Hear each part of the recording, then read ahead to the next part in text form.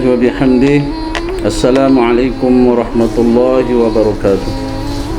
الحمد لله الذي صدق وعده ونصر عبده وأعز جنده وهزم الأحزاب وحده. اللهم صل على سيدنا محمد المبعوث رحمة للعالمين وعلى آله وصحبه أجمعين. أما بعد.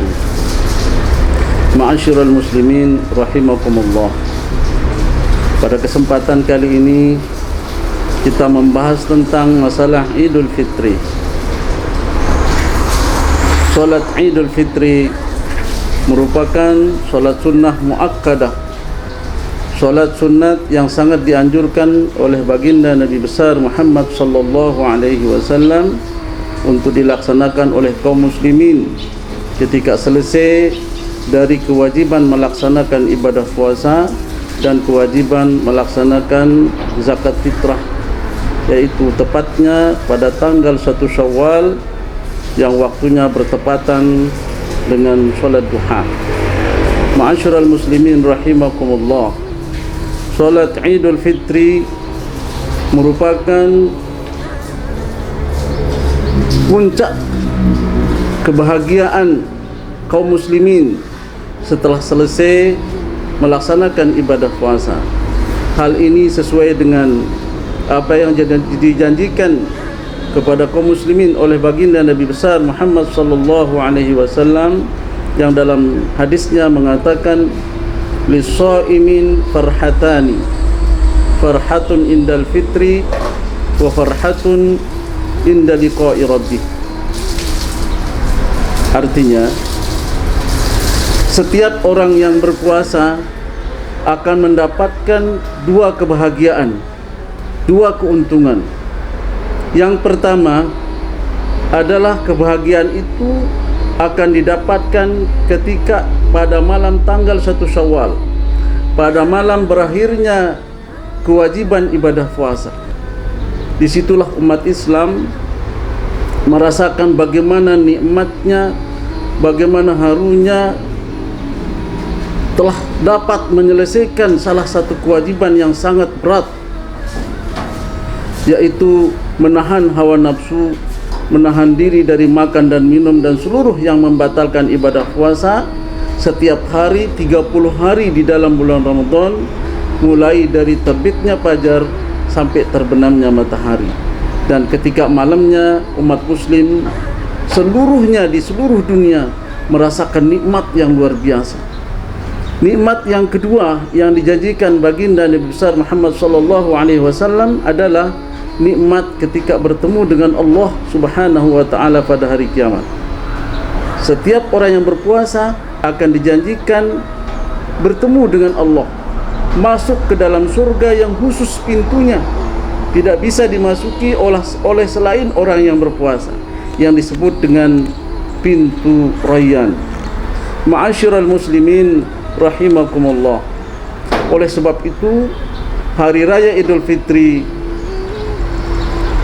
harus dilaksanakan dengan penuh ketulusan, penuh keikhlasan semata-mata karena Allah Subhanahu wa taala. Hindarilah melaksanakan Idul Fitri, berbahagia dengan bertemu dengan Idul Fitri karena banyaknya makanan, karena banyaknya pakaian-pakaian yang serba baru.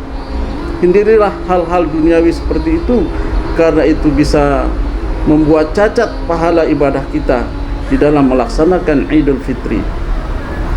Hal ini sesuai yang diungkapkan oleh dalam sebuah hadis baginda Nabi besar Muhammad sallallahu alaihi wasallam, laisal Eid biman labisal jadid walakinnal Eid biman taqwahu yazid.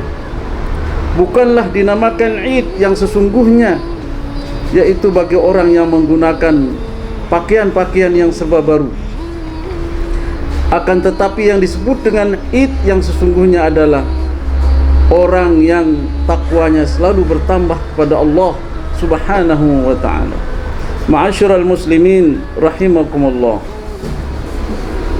Yang sangat perlu kita ketahui juga adalah kesunahan-kesunahan yang disunnahkan oleh baginda Nabi besar Muhammad sallallahu alaihi wasallam di waktu-waktu sebelum kita melaksanakan solat Idul Fitri. Sunnah yang pertama adalah memperbanyak takbir, tahlil dan tahmid. Hal ini sesuai dengan apa yang disebutkan di dalam Al-Quran. Allah Subhanahu wa ta'ala berfirman, Bismillahirrahmanirrahim, walitukmilul iddata walitukabbirullaha ala ma hadakum wa la'allakum tashkurun. Artinya, dan hendaklah kalian menyempurnakan bilangan-bilangan Ramadan. Bisa jadi 29, bisa jadi 30 hari. Sempurnakanlah puasamu pada bulan Ramadan. Kemudian setelah itu walitukabbirullaha ala ma hadakum, dan hendaklah kalian mengucapkan takbir sesuai dengan apa yang diajarkan kepadamu, wa la'allakum tashkurun, dan agar kamu menjadi orang yang bersyukur kepada Allah Subhanahu wa ta'ala. Ma'asyiral muslimin rahimakumullah, di dalam ayat tadi mengatakan mengucapkan takbir harus dengan apa yang telah disyariatkan oleh agama Islam. Kalimat takbir itu sudah biasa dilakoni oleh seluruh umat Islam di seluruh dunia, yaitu Allahu Akbar, Allahu Akbar, Allahu Akbar, La ilaha illallah, Allahu Akbar, Allahu Akbar, walillahil hamd. Ma'asyiral muslimin rahimakumullah, dalam hadis Nabi sallallahu alaihi wasallam memberikan motivasi kepada kita kaum muslimin untuk menghidupkan hari raya itu dengan takbir. Rasulullah sallallahu alaihi wasallam bersabda, zayyinu a'yadakum bitakbir, hiasilah hari rayamu dengan banyak mengucapkan takbir kepada Allah Subhanahu wa ta'ala. Ma'asyiral muslimin rahimakumullah, kesunahan yang kedua adalah dianjurkan untuk banyak melaksanakan solat-solat sunat, banyak memberikan sedekah di malam-malam hari raya Idul Fitri, ya. Banyak memberikan sedekah, banyak melakukan solat-solat sunat. Hal ini dalam sebuah hadis Anil Hasan bin Sufyan qala Rasulullah sallallahu alaihi wasallam, man ahya lailatal idaini wa lailatan nisfi min sya'ban lam yamut qalbuhu yawma tamutul qulub. Rasulullah sallallahu alaihi wasallam bersabda, barang siapa menghidupkan malam dua hari raya, yaitu hari raya Idul Fitri dan Idul Adha, dan juga pada malam nisfu Sya'ban, dihidupkan dengan solat sunat, dihidupkan dengan zikir, dihidupkan dengan banyak memberikan sedekah, balasannya lam yamut qalbuhu yauma tamutul qulub, hatinya tidak akan pernah mati dari mengingat Allah. Yauma tamutul qulub, pada hari nanti semua hati menjadi mati, alias tidak dapat mengingat Allah Subhanahu wa ta'ala. Ma'asyiral muslimin rahimakumullah, kesunahan yang ketiga adalah kita disunnahkan untuk memakan secukupnya sebelum kita berangkat dari rumah pergi ke masjid atau ke lapangan untuk melaksanakan solat Idul Fitri, karena hal ini merupakan cara untuk membedakan hari-hari sebelum hari raya Idul Fitri kita masih imsak, kita masih menahan diri dari makan dan minum, maka pada hari raya Idul Fitri setelah sholat subuh kita dianjurkan untuk makan secukupnya. Ini sekedar membedakan antara hari-hari puasa yang kita sudah lalui dengan hari pertama kita terbebas dari kewajiban melaksanakan ibadah puasa. Dan hal itu yang paling disunnahkan Rasul sallallahu alaihi wasallam. Rasulullah ketika sebelum berangkat ke masjid untuk melaksanakan Idul Fitri, beliau selalu memakan 3 butir kurma.